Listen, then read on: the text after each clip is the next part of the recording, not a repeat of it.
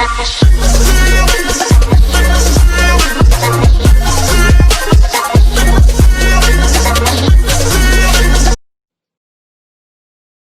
right, welcome back to, of course, No Filter MMA.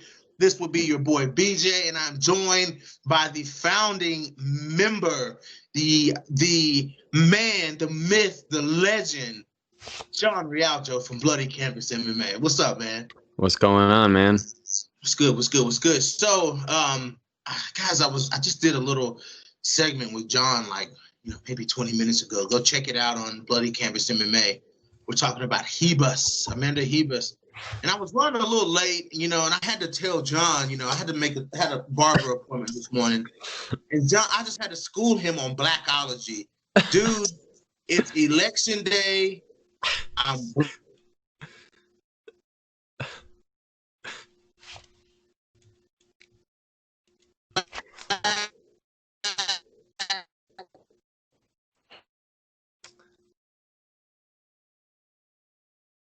I got cut off there for a second. You there, bro? I'm here. You did cut out for a second. You did cut out. I'm sorry, bro, but I just had to engage in the conversation, my friend. You're good. So, okay, I made it. Guys, we're here to talk about the Lauren Murphy debacle. John, what the fuck happened here, man? I made my assumption about it, but what do you think happened here? Give me your table of events, my friend. Lauren Murphy gets scrapped against Cynthia Calvillo, and Catlin, blonde fighter Chukagian, jumps in to save the day. Let's go, John. So, if we're taking Lauren Murphy at her word, which I have no reason not to, right? So she's saying that she was offered the Calvillo fight. She wanted to sleep on it. Next thing that she knows, Chukagian's getting the fight against Cynthia Calvillo instead. Clearly, there is something going on with the UFC and Lauren Murphy. There's clearly something that they don't see eye to eye on, that they just, it's not the best relationship for sure. But even outside of that, I still struggle to understand what they're thinking with this fight.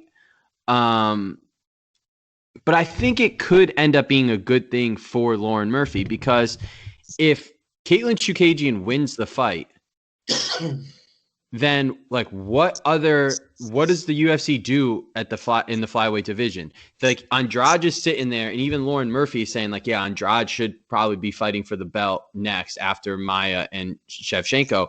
And so she's sitting there. But let's say that they do give that title shot to Andrade next. Is Calvillo going to be fighting for the title if she beats Jessica Ai and then Caitlin Chukagian? Is that enough? Is that it? Or does she fight after Andrade? Is it after that? Is it Calvillo after that? It doesn't really make a ton of sense. Maybe they book Andrade and Lauren Murphy in the meantime. And if that's the case, then it kind of works out for Lauren Murphy, right? Where if she beats Andrade, she is for sure fighting for the title next. For sure. Where you could argue that if she beats Cynthia Calvillo, the UFC, I would think that would be enough to fight for the title, but that doesn't necessarily. That's not necessarily with the machine behind Calvillo. They'll give her a title shot if she wins that fight. We think so. I agree. I think that would be the case. But if she beats Andrade, there's not a soul in the MMA universe that would say that anyone should get a title shot over Lauren Murphy after Jennifer Maia fights for the title, right? So it's so it could work out for her. Or she could just get screwed, and I don't if it's not Andrade or fighting for the title, I just don't know what's out there for her. Yeah, man. I feel like for me, because I love the flyweight division. Everyone knows that I love the flyweight division. It's my favorite division. But something that has plagued this division is girls turning down fights. That is a plague at 125 pounds. There's girls, I got to think about it, or I'm turning down that fight. You know what I'm saying? It happens all the time. And, here recently, the matchmakers have had to deal with that a lot, which is the only reason, not to bring Jillian Robertson into it, but that's how we got Jillian Robertson versus Poliana Botelho, because Antonina Shevchenko turned down the fight. You know what I'm saying? If you thought for a second that we were going to talk about the flyweight division and Jillian Robertson's name wasn't going to come up, then you're a fool. Okay, I knew what I was signing up for, and that's okay. I get it. I agree with you. There's a reference. Robertson told me live that Antonina Shevchenko turned down a fight with her in August. So it's like, with all of this going on, there were girls that turned down fights with Andrade. There were girls who turned down fights with Chookagian. That's what I'm saying. Like, I think that they're kind of sick of some of the girls at 125 pounds. And if we offer this to you and you don't take it, then we're going to move on. You know what I'm saying? Like, this happened on Friday, and by Monday they hadn't heard anything from Lauren Murphy. They presented this contract to Lauren Murphy on Friday, and come Monday is when the announcement got made that Chookagian and fucking Calvillo was happening, because Chookagian does not turn down fights. That's one thing I can say about Katlyn Chookagian. She does not turn down fights. She gets in there and she fights. She does it. You know what I'm saying? She's pissed off about how she lost to Jessica Andrade. In my opinion, she was winning the fight up until she wasn't winning the fight. You know what I'm saying? And she's chomping at the bit to get back in there and do it again. And they called Caitlin and said, "Do you want to fight?" And she said, "Yes, no question," which is what Lauren Murphy did not do. And for me, Lauren Murphy stuck her own foot up her own ass. That's how I feel about it. Yeah, I mean, the thing is, though, like, on the surface, I agree. But, like, if she was in a spot where she, like, asked to sleep on it, and then before she even gave an answer, less than 24 hours later, they went another direction. That's where it gets like a little bit sketchy. But you got to say yes. It was Friday and Monday. Well, I thought she said it was one day, but we're like, she should probably have just like agreed to that, but like, it's, who knows what's going on. She said she had an out of country. I don't know. You make it happen. But at the same time, she got pissed at me for saying should have taken it. Like, you should have said yes instead of let me sleep on it. Yeah, and her excuse was let me sleep on it because there were things in the contract that were over my head and out of my control. What is more in control than you wanting the belt? Right. But I will say this, though. I will say this. Speaking of Chookagian, and she had to fight one more time before she fought Shevchenko.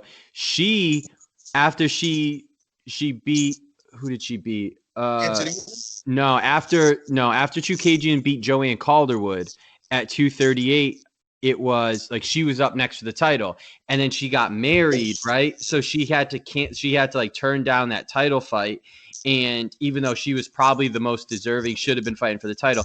That's why Liz Carmouche got that fight, and then Chookagian had to go back and fight one more time against Jennifer Maia, and once she beat that, it was like, okay, like, you're next for the title. I think that Lauren Murphy could be in that similar situation where we do see Shevchenko fight Maia, assuming that she wins, right? Like, let's go there. She beats Maia, then we could have Andrade. The only difference is if Calvillo beats Chookagian, she's getting the title shot over Lauren Murphy, and I think what I'm about to say, I think might excite you. I look at this flyweight division. Andrade is, if it's not Andrade, who's ranked number 1 in the division. Number 2 is Chookagian. She has a fight. Maia, number 3, has a fight. Calvillo, number 4, has a fight. Lauren Murphy's 5. Jessica Ai and Joanne Calderwood, 6, 7 are fighting. Roxanne Modafferi, Viviane Araújo, 8, 9 are fighting. Andrea Lee's coming off a loss. Macy Barber's hurt. Jillian Robertson's number 12 right there. The classic 5-12 matchup, March Madness action right there. I think it's possible that Jillian Robertson ends up fighting Lauren Murphy. I don't know if I'd put money on it, but I do think it's possible that that's the fight that happens. And the UFC says, like, listen, we know that she's not necessarily the highest ranked fighter. She's damn good. We all know that she's really good. If you pick up this win, beat her and you get a shot. Right. Beat her. And I think that could all work out. It gives Robertson an opportunity to pick up a huge win, jump the line a little bit in that division. It gives Lauren Murphy an opportunity to pick up a win, which would be a similar stylistic matchup as Cynthia Calvillo, not the same, but similar stylistic matchup. And if she wins against Robertson, then like you give her a title shot. I think that that's possible, but I think that a lot depends on what happens with Shevchenko and Maya. If Shevchenko wins a battle, like if that's like somehow a battle, then maybe she takes a little bit more time off. Like she's talking about Nunes up at 135. She's talking about all this stuff. But like, to me, that doesn't make any sense because you have Andrade, which is a really exciting fight for that division, just waiting there. So if Shevchenko's able to finish Maya early and she gets, she can, and we're talking about it as if Shevchenko's going to win, but like if Maya wins, we just assume there's going to be an immediate rematch. So it kind of like would throw everything off. But if Shevchenko wins quickly, then maybe she fights Andrade quickly. And then like that speeds up the division. So I don't know. I think a lot depends on the title fight, but I think it's possible that Jillian Robertson ends up fighting Lauren Murphy. That's an interesting. I didn't even think about that. Like I never thought about that. I thought that they would, throw Jillian someone else to keep her busy. Keep Jillian busy right now. But that's actually possible because if you go down the lineup and you look at everybody they're all booked. Everybody's booked. Everyone's booked. You know what I'm saying? I think that the most probable fights for Jillian Robertson is either Lauren Murphy, now that you brought that to my attention, or Andrea Lee. I think they'll put her in there with Andrea Lee. I think Jillian could get past Andrea Lee. I do think for sure that Lauren Murphy would be a tough fight for Jillian Robertson. You know what I'm saying? Lauren Murphy's good. Lauren Murphy is a good-ass fighter, dude. She's good, man. She's like a damn Terminator. You can beat the fuck out of Lauren Murphy, dude, and she will come forward and throw big goddamn shots and try to knock you the fuck out. She's a true fucking brawler.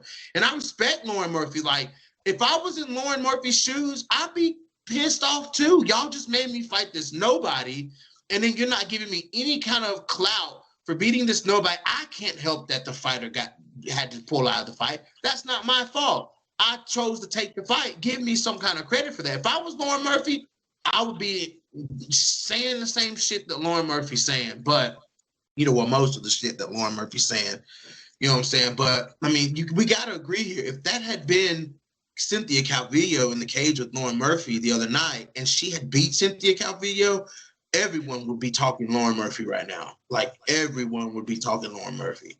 100%. And yeah, I mean, if she had beat Cynthia Calvillo, then she would either I think even she would understand if it was Andrade and not a title shot, because she's talked about it. She said that Andrade deserves a title shot more than her, right? But if Lauren Murphy had beat Cynthia Calvillo at 254, then it's Andrade or title shot. That's it. That's literally it. But now it's sketchy. It's sketchy. But it's interesting that they did offer her the fight to like rebook it. Maybe they're, because that's what she was screaming. She was screaming. Yeah. She kept saying, I still want the Cynthia Calvillo fight. And then they put it on the table in front of her, and she goes, well, just give me the weekend to sleep on it. And from the UFC standpoint, they're like, okay, well, Mick, Sean, didn't you just get a call from Chukagian's manager saying that she's wanting to get back in there and take whatever fight is offered? Whatever fight is offered to Chukagian, she would have taken it.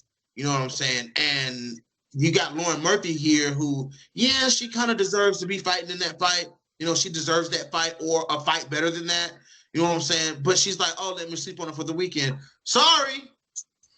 We already don't like you, and you're going to make us wait 2 days? Like, no. Fuck you. So that's what they're saying to Lauren Murphy. To me, I feel like if they had asked any other fighter, since we're using Jillian Robertson, since her name just continues to come up in this conversation, which it belongs in this conversation, but if they had called Jillian Robertson and said, Jillian, hey, do you want to rematch Cynthia Calvillo? There would be no hesitation coming from Dean and Jillian. It would be an absolute 100% yes. And I think that's what that's kind of what they were looking for when they put this in front of Lauren Murphy. They heard Lauren Murphy saying what she was saying after the fight, on social media, in interviews. What she's been saying is that she wants the big fight. She wants to fight Cynthia Calvillo. Then they put it there. She says, let me sleep on it. The UFC doesn't wait for that, man. They're not going to wait. This isn't Bellator. This is the UFC, and they're going to move on if you don't want to fight. I agree. A different perspective of this fight, though. Do you think that if Caitlin Chookagian loses, that it's her last fight in the UFC before she retires? Yeah. I think if Chookagian loses, that she'll be done. Me too. If not done, she'll be done for a while because she wants to have kids. I'm actually shocked that she took this fight, like that she's in on this fight, because I thought she was done after this last one. But she's like, she wants to start a family, and that's all she's been saying is, I want a family, I want a family, I want a family, and if she wins this fight, we'll see Chookagian again. If she loses this fight, we won't see any more Chookagian. She'll be done. I agree. Yeah. I agree. But I mean, if she wins, she's right at the top. She's still up the top of that division, right? You have losses to Shevchenko and Andrade, but she strings together a couple wins. Do you think Chookagian will be different in there with Valentina a second time? Because no. I think Chookagian was. If you go back and watch that fight, she threw a lot of punches short. She never overcommitted to anything. She never committed to anything. You know what I'm saying? She allowed herself to be dominated in that fight. If you really look at Chookagian's style, if the fight stays on the feet, Chookagian has a solid stand-up game. Her stand-up game is solid. It's legit. It's just, I think it was I wouldn't say fear of Valentina. I would just say she just froze against Valentina Shevchenko. Not saying she's going to go out here and beat Valentina, but I think a fight with Chookagian, I expected that fight to be a lot more competitive than what it was. It's kind of. I remember having the conversation leading up to that about whether it was more likely that John Jones lost to Dominic Reyes or Valentina lost to Caitlin Chookagian, because it was on that same card. And I thought skill-wise, skill for skill, I thought that Valentina and Chookagian were closer than John Jones and Dominic Reyes were. But I thought that Reyes had the better chance of just catching John and finishing it, because it's just light heavyweight, just easier to get the finish. But I thought that Valentina and Chookagian were closer in terms of skill. Obviously, that's not how it played out, but that's what I thought going into that fight. But yeah, I mean, if Chookagian had fought Valentina the way she fought Andrade, you know what I'm saying? She went straight forward on Andrade, throwing shots, elbows and knees and jabs. And I was like, Chookagian, being aggressive, on Andrade, meeting Andrade in the middle and banging it out. I was surprised by that. But that's not the same way she fought Valentina Shevchenko. That's kind of the way she fought Antonina Shevchenko, though, too, right? It looks like she's been a little bit more aggressive these last couple fights. It didn't work out for her against Andrade, but she's definitely been more aggressive since she fought Valentina, which makes it interesting. And we saw against Antonina, who, again, maybe doesn't have, Antonina Shevchenko's, not exactly Jordan Burroughs, but she, Chookagian showed enough of a ground game where I'm interested to see how she's able to do against Calvillo on the ground. I think she can give her some trouble. Obviously, advantage Calvillo if the fight gets to the ground, but Chookagian has proved that she's not a fish out of water there, and can certainly have the striking advantage. I think it's an interesting fight. I do, especially if she comes out aggressively. I think this could be a big challenge for Cynthia Calvillo, and if she's able to get through it, then she puts herself in a really, really good spot for a title shot, especially if Andrade is booked for a title shot by the time this fight happens. Yeah. Well, we'll see, man. Hey, guys, I just wanted to get John on here real quick to talk about this whole debacle, get his opinion on it, and boom, there it is. You got it, guys. Do not forget to check out all of our updates, all of our website stuff, all of our articles on bloodycanvas.net, guys. Go over on YouTube to Bloody Canvas MMA. Hit that subscribe button. And appreciate it, John. Thank you for coming through, bro. Yes, sir. All right. Hit that subscribe button. Hit that like button. Hit that dislike button. If you haven't already, leave a comment in the comment section. And we out.